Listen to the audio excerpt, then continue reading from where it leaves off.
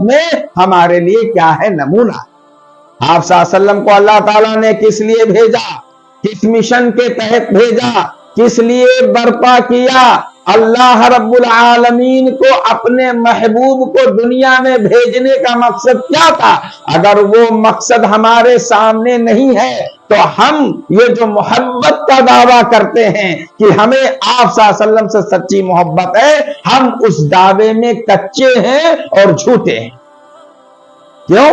اس لیے کہ قرآن میں سب سے پہلے محبت کے بارے میں بتایا گیا، والذین آمنوا اشد حبا للہ، وہ لوگ جو ایمان والے ہیں وہ سب سے زیادہ اگر محبت کرتے ہیں تو وہ اللہ رب العالمین سے کرتے ہیں۔ اس دل کے خانے میں سب سے زیادہ اگر محبت کسی کے لیے ہے تو مومن کے دل میں اللہ کی محبت ہے۔ اس کے بعد اگر کسی کے لیے زیبا ہے محبت اس دل کے خانے میں، اگر کسی کے لیے گنجائش ہے تو وہ آقا نامدار صلی اللہ تعالی علیہ وسلم کی۔ تو بہرحال میں اس سے قطعی انکار نہیں کرتا ہوں کہ آقا علیہ السلام کی ولادت کا تذکرہ نہ کیا جائے، آقا علیہ السلام کی مدح سرائی نہ کی جائے، آقا علیہ السلام کے اوصاف حمیدہ کا اور آپ کے محاسن کا اور آپ کے کمالات کا ذکر نہ کیا جائے۔ میں قطعی طور پر یہ نہیں کہتا ہوں کہ نہ کیا جائے، لیکن اس میں کوئی نمونہ ہمارے لیے موجود نہیں ہے۔ یہ واقعی یہ صحیح ہے۔ یوں آتا ہے کہ اللہ تبارک و تعالی نے جب حسن کو پیدا کیا تو آدھا حسن حضرت یوسف کو دیا اور آدھا حسن پوری دنیا والوں کو دے دیا۔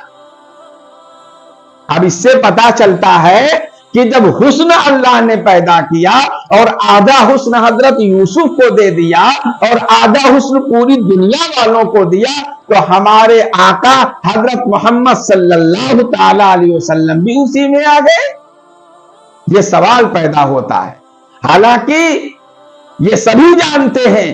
کہ اللہ تبارک و تعالی نے آقا علیہ السلام سے زیادہ جمیل اور خوبصورت اس کائنات میں کسی کو نہیں بنایا،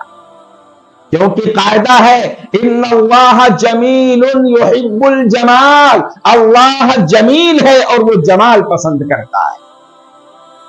اللہ حسین نہیں ہے کہ وہ حسن کو پسند کرے۔ یہ سبھی جانتے کہ حضرت یوسف علیہ السلام حسین تھے۔ حسین اور جمیل میں فرق یہ ہے کہ حسین اس کو کہا جاتا ہے کہ کہیں نہ کہیں کوئی نہ کوئی کمی آپ کو اس میں مل جائے، لیکن جمیل اس کو کہا جائے گا کہ ہر چیز انتہائی مناسب، ہر چیز انتہائی فٹ، کہیں ذرہ برابر بھی آپ کمی نہیں نکال سکتے۔ اسی لیے کہا گیا، حضرت صدیقہ عائشہ رضی اللہ تعالی عنہا نے جب یہ بات کہی کہ مصر کی عورتوں کی جب دعوت لی زلیخا نے تو حضرت یوسف علیہ السلام کو جب اشارہ کیا اور زلیخا نے مصر کی وہ عورتیں جو اس کو تانا دیتی تھیں کہ ایک غلام کے اوپر فریفتہ ہو گئی، ایک غلام کے اوپر مر مٹی، ایک غلام کے اوپر اپنے آپ کو نچھاور کر دیا، بتائیے یہ تانا دے رہی تھی مصر کی عورتیں، تو اس نے دعوت لی اس مصر کی عورتوں کو اور بٹھال دیا اور یوسف علیہ السلام سے کہا کہ جب میں اشارہ کروں گی تب تم نکلو گے، لہذا ادھر سب کے ہاتھ میں چھری دے دیا، سب کے ہاتھ میں چھری اور پھل دے دیا، ادھر عورتوں سے کہا کہ جب میں کہوں گی تو تم چھری سے پھلوں کو کاٹنا شروع کر دینا، ادھر یوسف کو اشارہ کیا کہ نکلو، یوسف علیہ السلام جیسے ہی نکلتے ہیں یوں آتا ہے کہ مصر کی وہ بیگمات جن کے ہاتھ میں چھریاں تھیں انہوں نے پھلوں کے بجائے اپنے ہاتھوں کو اور اپنی انگلیوں کو کاٹ لیا۔ یہ روایت جب حضرت صدیقہ عائشہ نے سنی تو کہا کہ مصر کی بیگمات نے یوسف کو دیکھا تو اپنی انگلیوں کو کاٹ لیا، اگر میرے محبوب کو دیکھ لیتی تو وہ اپنے دلوں کے ٹکڑے کر دیتے۔ یہ حضرت صدیقہ عائشہ کہہ رہی ہیں۔ پتہ یہ چلا کہ ہمارے آقا علیہ السلام کائنات میں سب سے زیادہ جمیل تھے، سب سے زیادہ حسین تھے، سب سے زیادہ خوبصورت تھے، لیکن یہ تمام چیزیں بتانا ولادت کے تعلق سے آپ کے محاسن اور کمالات اس سے کہیں زیادہ اہمیت کے حامل ہیں، کیونکہ اس میں کیا ہے؟ ہمارے لیے نمونہ ہے، اور اس میں ہمارے لیے کوئی نمونہ نہیں ہے۔ اسی لیے آقا علیہ السلام جب دنیا میں آئے، جس وقت آئے، جس گھڑی آئے، جس دور میں آئے، وہ دور ایسا تھا کہ دنیا کی تمام چیزیں، دنیا کے جتنے بھی بسنے والے تمام ممالک میں لوگ تھے، وہ تمام برائیاں پوری دنیا میں اتنی نہیں تھی جتنی برائیاں عرب میں پائی جاتی،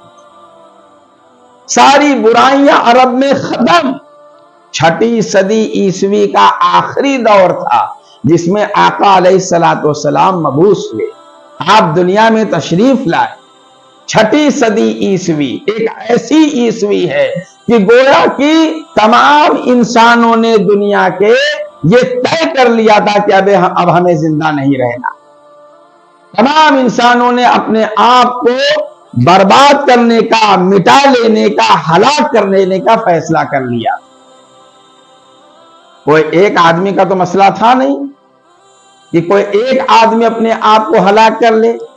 پوری نوع انسانی نے یہ طے کر لیا تھا، کیونکہ کوئی ایسی برائی نہیں تھی جو اس وقت عرب میں پائی نہ جاتی ہو،